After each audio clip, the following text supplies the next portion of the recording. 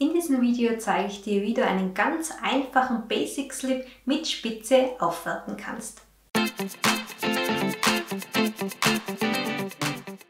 Hey, das ist die Josie und vielleicht kennst du ja mein Slip-Tutorial bereits, also ich werde sie hier oben nochmal verlinken. Das ist einfach ein ganz schlichter Basic Slip für Anfänger und heute möchte ich dir eben zwei Varianten zeigen, wie du mit Spitze den Slip ein bisschen aufwerten kannst.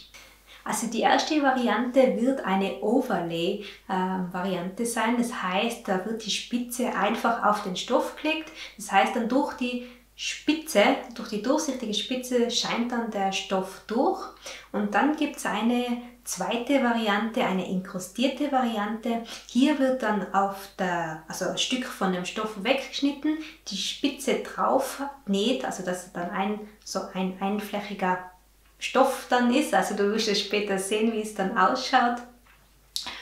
Und ja, wie das jetzt gemacht wird, wie du dir das selber nur machen kannst, schnitttechnisch umsetzen kannst, das zeige ich dir jetzt. Heute möchte ich dir zwei Varianten zeigen, wie du einen ganz einfachen Basis-Slip mit Spitze ein bisschen aufpeppen kannst. Also das Tutorial von dem einfachen Slip gibt es ja schon auf meinem YouTube-Kanal, das werde ich dir unten verlinken und genauso gut auch das Schnittmuster.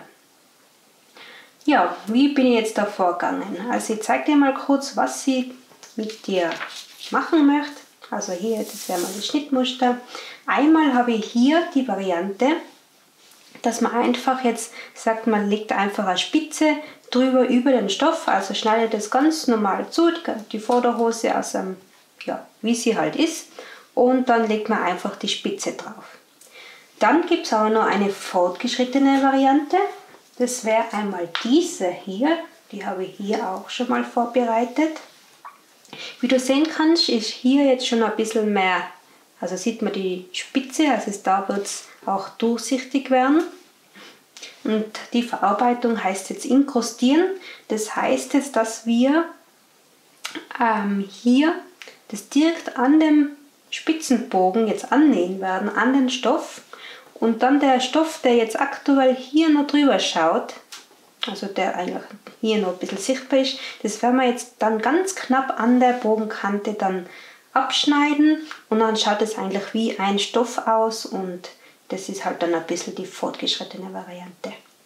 Damit du das jetzt auch für dich selber daheim anwenden kannst, möchte ich dir jetzt gerade das kurz zeigen, wie ich das gemacht habe. Also ich mache immer ganz gerne Schnittteile und zeichne mir das am Schnitt direkt an, also weil manche machen das immer so ein bisschen frei Schnauze, aber ich mache das, ich bevorzuge das eigentlich immer mit Schnittteilen zu machen.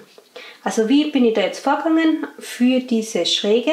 Da habe ich mir jetzt mal vorher überlegt, wie möchte ich die Spitze eben anlegen. Hier muss ich ja immer dann noch bedenken, dass ja da der Schnitt Nahtzugabe dran hat. Also das wird ja dann alles noch weggenäht, hier am Bein und auch die Seitennaht.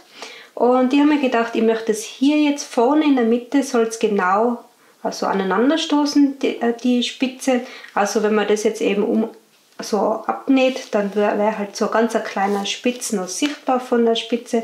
Und hier am Beinabschluss, also hier finde ich es auch immer ganz schön, wenn die Spitze jetzt nicht direkt in den Beinausschnitt reinläuft, also so knapp, also wenn es hier reinläuft, dann wäre es ja wieder eine andere Geschichte, aber ich wollte es eben hier an der Seitennaht, dass es eben ohne die Nahtzugabe direkt reinläuft. Also dementsprechend, weil ja hier die Bogenkante ist und es eine gerade Linie ist, muss man ja hier dann auch die gerade Linie so einzeichnen.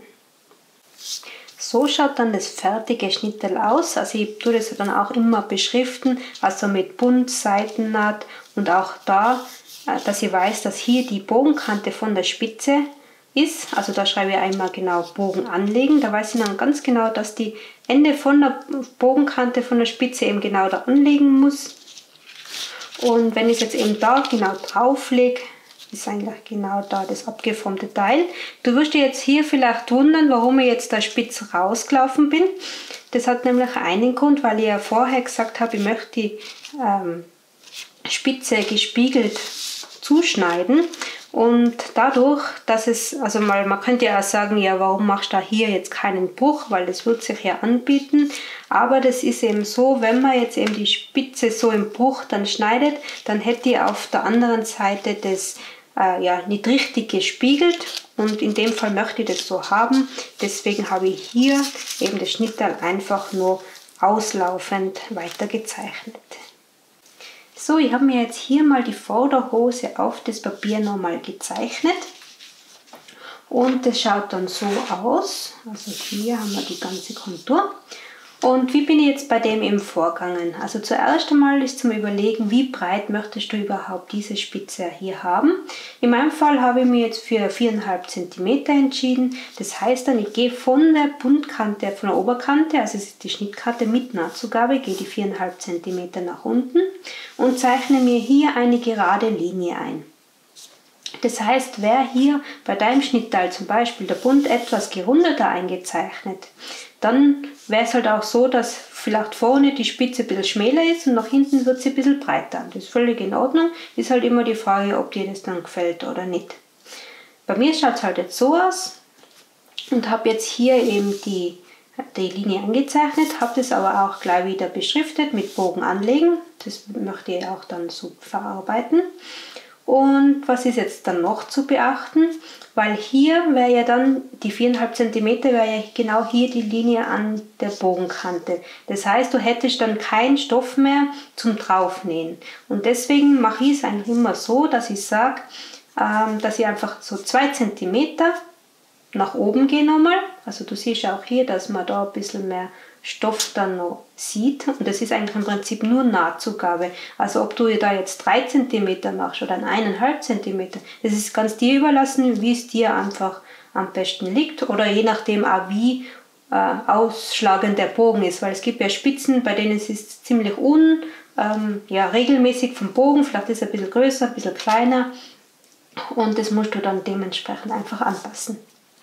So schaut dann der Schnittteil vom Oberstoff aus. Also das habe ich mir dann so gemacht. Also ich nehme da immer ganz gern, wenn du dich jetzt wunderst, warum ich da weißes und einmal braunes Papier habe. Ich nehme hier immer ganz gern so Butterbrotpapier und klebe mir das dann einfach auf das braune Papier dann drauf, weil mit dem Butterbrotpapier das ist einfach durchsichtig und kann das dann eben nur da auf das Papier drauflegen und dann so durchzeichnen und habe dann ein fertiges Schnittteil.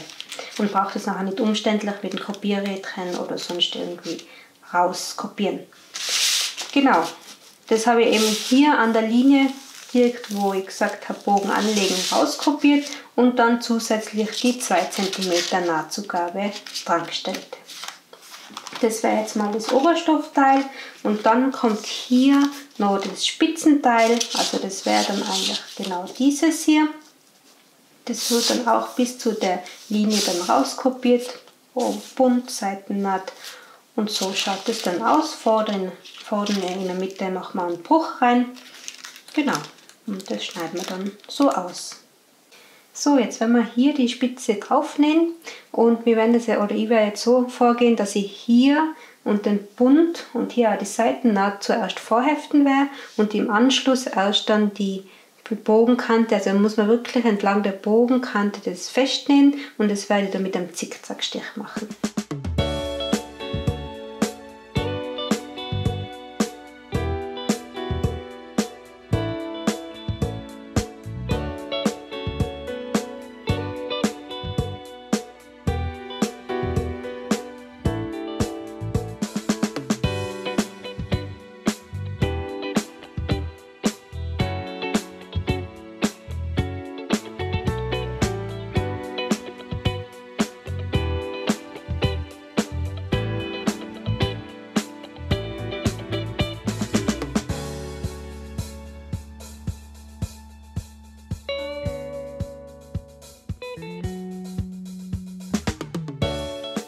So, jetzt habe ich schon beide vorbereitet, also ich habe sie alles an Spitzenbogen festgenäht. Also hier so schaut dann die Rückseite aus, auch hier so.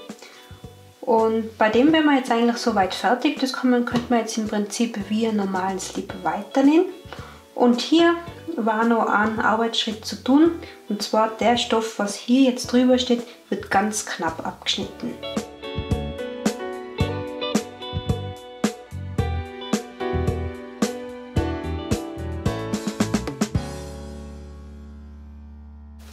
So schaut jetzt das fertige Ergebnis aus. Also hier habe ich es wirklich ganz knapp zurückgeschnitten und jetzt schaut es eigentlich aus wie ein Stoff.